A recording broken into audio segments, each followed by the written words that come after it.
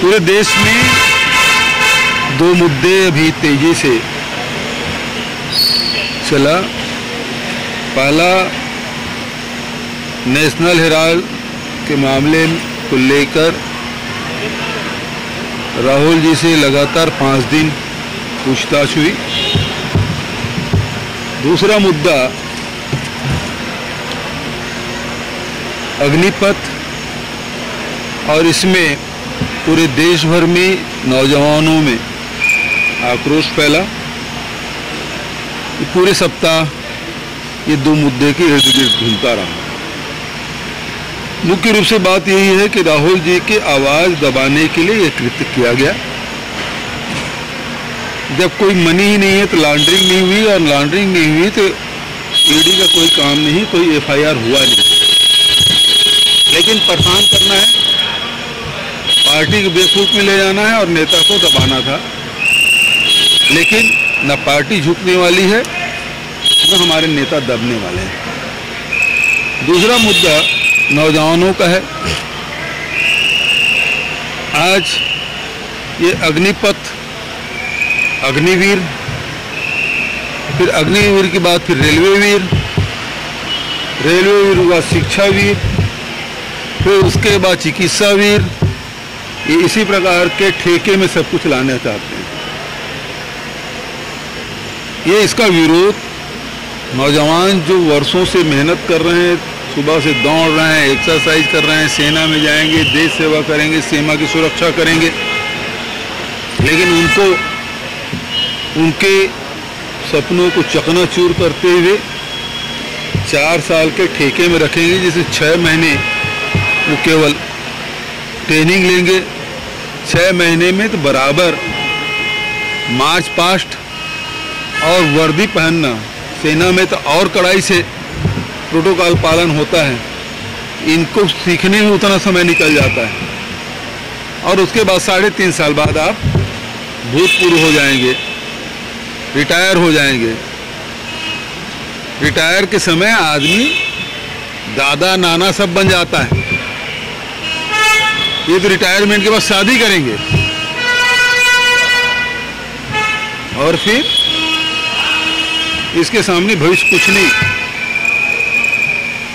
इस योजना के माध्यम से देश के सीमाओं के साथ खिलवाड़, फौज के साथ खिलवाड़ और नौजवानों के जीवन के साथ खिलवाड़ किया गया है, जिसका विरोध हम लोग लगातार कर रहे हैं। और जंतर मंतर में भी धरना दिए, और अभी 27 तारीख को प्रत्येक विधानसभा में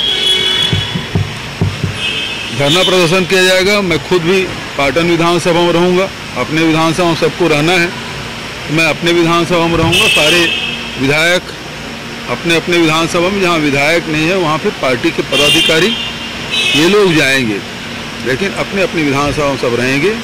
ये देश के सुरक्षा को लेकर, देश के नौजवानों के भविष्य को लेकर खिलवाड़ कांग्रेस पार्टी बर्दाश्त नहीं करेगी। और राहुल जी लगातार जनता से जुड़े मुद्दे, चाहे किसान हो, नौजवान हो, महिला हो, दलित हो, सबके लिए लड़ाई लड़ रहे हैं। और जब जब सरकार गलत फैसला करती तब तब वो आवाज़ बुलंद करते हैं, चाहे वो नोटबंदी के समय हो, चाहे भूमि अधिग्रहण बिल के मामले में, 3 कृषि कानून के मामले में हो, चाहे वो लॉकडाउन की बात हो,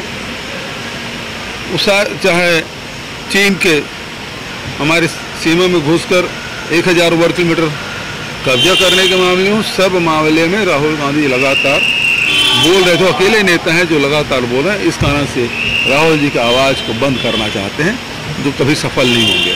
राहुल जी ने ये भी कहा कि ईडी वालों ने ये कहा कि आप इतना पेशेंस कहाँ से लाते हैं, 8 से 9 घंटे की पूछताछ भी हो गई, कुछ बता नहीं रहे कि आखिर पूछताछ में निकला क्या। ये केवल हरासमेंट है, इसके पीछे कोई और भाई?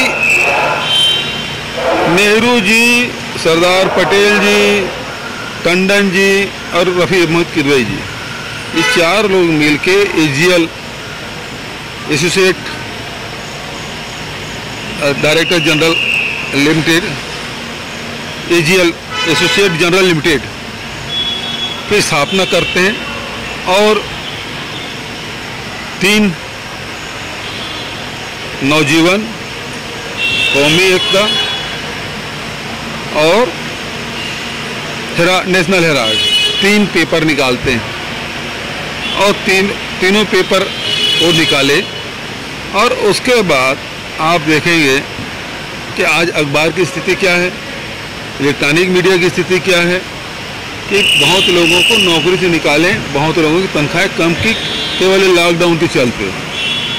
ये पुराना अखबार, इसको चलाना कठिन हो गया था, 90 करोड़ के कर्ज में थे और इसको पुनर्जीवित करने के लिए, उसके कर्ज छूटने के लिए कांग्रेस पार्टी ने लोन दिया। अब कांग्रेस समर्थित विचारधारा है और नेहरू जी 1937 में इसकी स्थापना की। उस पेपर को चलाने के लिए सभी कांग्रेसियों की भावनाएं थी और उसके चलते उसको लोन दिया गया। 2002 से लेकर 2011 तक के 100 किस्त में 90 करोड़ रुपया, वो भी ऑन पेपर है। अब ये इतने से सवाल हैं कि वो 90 करोड़ रुपया लोन दिया गया, वो भी चेक से दिया गया है, उसमें कितने सवाल हो सकते हैं? 2, 4, 5, 10, 5 दिन तक के 55, 60 घंटे तक पूछताछ। तो ये तो पूछेंगे ना, पेशेंस कहाँ से आता है? हमें पेशेंस बहुत है। देश की आज़ादी की लड़ाई हमारे पूर्वजों ने, पुरखों ने लड़ी, तब उनको ये भी पता नहीं था कि देश आज़ाद भी हो पाएगा, लेकिन पूरी अपनी जवानी कुर्बान कर दी। चाहे वो लोकमान्य बाल गंगाधर तिलक हो, चाहे महात्मा गांधी हो, गोपाल कृष्ण गोखले हो, चाहे वो सरदार पटेल हो, चाहे नेहरू जी, सबसे ज़्यादा नेहरू जी जेल में रहे 10 साल, पूरी जवानी जेल में बिता दी। लेकिन देश आज़ाद हुआ तो पेशेंस वहाँ से आए। हम लोग पेशेंस रखते हैं, देश के लिए, समाज के लिए निरंतर काम करना है। ये लोग तो आज़ादी के समय भी अंग्रेज़ों के साथ थे और अब जब सत्ता में आए तब भी अंग्रेज़ों की नीति पे चल रहे, फूट डालो, राज करो, अल्पसंख्यकों को लड़ाते जाओ, चाहे वो हिंदू हो, मुस्लिम हो, सिख हो, ईसाई, इनके बीच में भेद पैदा करो, वोट लो, सरकार बनाओ। इसके अलावा इनके पास और कोई रणनीति नहीं है। महाराष्ट्र में सियासी घमासान मचा हुआ है, शिवसेना की विधायक गुवाहाटी मेट्रो में सीधे सीधे भारतीय जनता पार्टी बर्दाश्त नहीं कर पा रही विपक्षी सरकार चले और तोड़फोड़ करने में लगे हुए हैं। वो पहले गुजरात गए, फिर आसाम गए। इसका मतलब कौन है? पर्दे के पीछे में कौन लोग हैं? यही लोग हैं। वो कर्नाटक में किए, राजस्थान में किए, मध्य प्रदेश में किए, यहाँ भी लगातार लगे हुए हैं। कभी ईडी, कभी आईटी, कभी इसका, कभी उसका, कभी फोन टेपिंग, ये सब लोग करा रहे हैं, इलीगल रूप से करा रहे हैं। अब आज विष्णु देसाई जी प्रश्न पूछ रहे हैं। विष्णु देसाई जी बहुत सज्जन आदमी है और इससे उनसे तो सवाल बना नहीं होगा, लेकिन पूछ लिए हैं।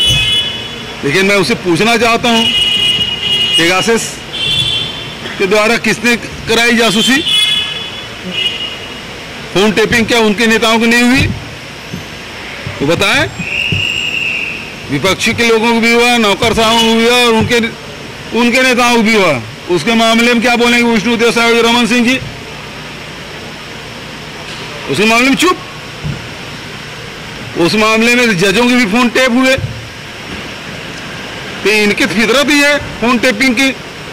और अभी जितने छापे पड़े उन्हीं से पूछ लो, ये सेंट्रल एजेंसी वाले फोन टेप कर रहे हैं कि नहीं कर रहे हैं? उनकी सरकार, उनकी एजेंसी है, उनसे पूछे, हमसे क्या पूछना? कर रहे हैं कि नहीं कर रहे हैं? उनसे पूछे। जिनके जिनके यहाँ छापा पड़ा उनको फोन टेप बताया कि नहीं बताया? तुमने ऐसा बात किया कि नहीं किया? क्या वो लीगल वे से फोन टेपिंग किए थे? तो ये इनका पुराना ट्रैक रिकॉर्ड ही यही है और इस आधार में मैं बोला हूं कि फोन टेपिंग कर रहे हैं, कोई नई बात नहीं है। ये पेगासस के बारे में बता दे विष्णु देसाई और रमन सिंह जी, और रमन सिंह जी बता दे पिछले समय पत्रकारों के फोन टेप होते थे नहीं होते थे, अधिकारियों को होते थे नहीं होते थे, मुकेश गुप्ता क्या करते थे? दोनों तरफ से यूडब्ल्यू में थे, इंटेलिजेंस भी थे, और दोनों को उपयोग वही करते थे। क्या हुआ था सब जानते हैं। रमन सिंह जी क्या अधिकारी, क्या राजनेता, क्या विधायक, क्या मंत्री, सब लोग डरे रहते थे, कोई बात मत करो। एवं पत्रकार लोगों को भी सब सुनते रहते थे, तो काम करवाए हैं वही, तो इनका फितरत ही यही है। और कोई सवाल? एक शिवसेना विधायक ने भी आज आरोप लगाया है कि उन्हें सूरत में बंधक बना कर रखा गया था। जिस प्रकार से एयरपोर्ट में धक्का मारते हुए कैसे पुलिस वाले ले जा रहे हैं वो तो दिखाई दे रहा है। तो ये तो खरीद फरोख्त, छल बल, डर, वो सब आखिर नारायण राणे, हेमंत बिस्वर्मा, मुकुल राय, ये सब विपक्ष में थे, तो ईडी का केस बना, आईटी का केस बना, तो बहुत बड़ा केस है। जैसे वो गए सब ठीक। अभी एक जने गए हैं, हार्दिक पटेल, क्यों गए हैं सबको समझ आ रहा है। वहां जाते हैं सब पाक साफ हो जाता है, फेयर एंड लवली। सिया विके जी भी लगी हुई थी, उसको मौका नहीं मिला क्योंकि उसकी पृष्ठभूमि कांग्रेस की थी, कांग्रेस के पहले विधायक थी, इस कारण से उसको मौका नहीं मिला।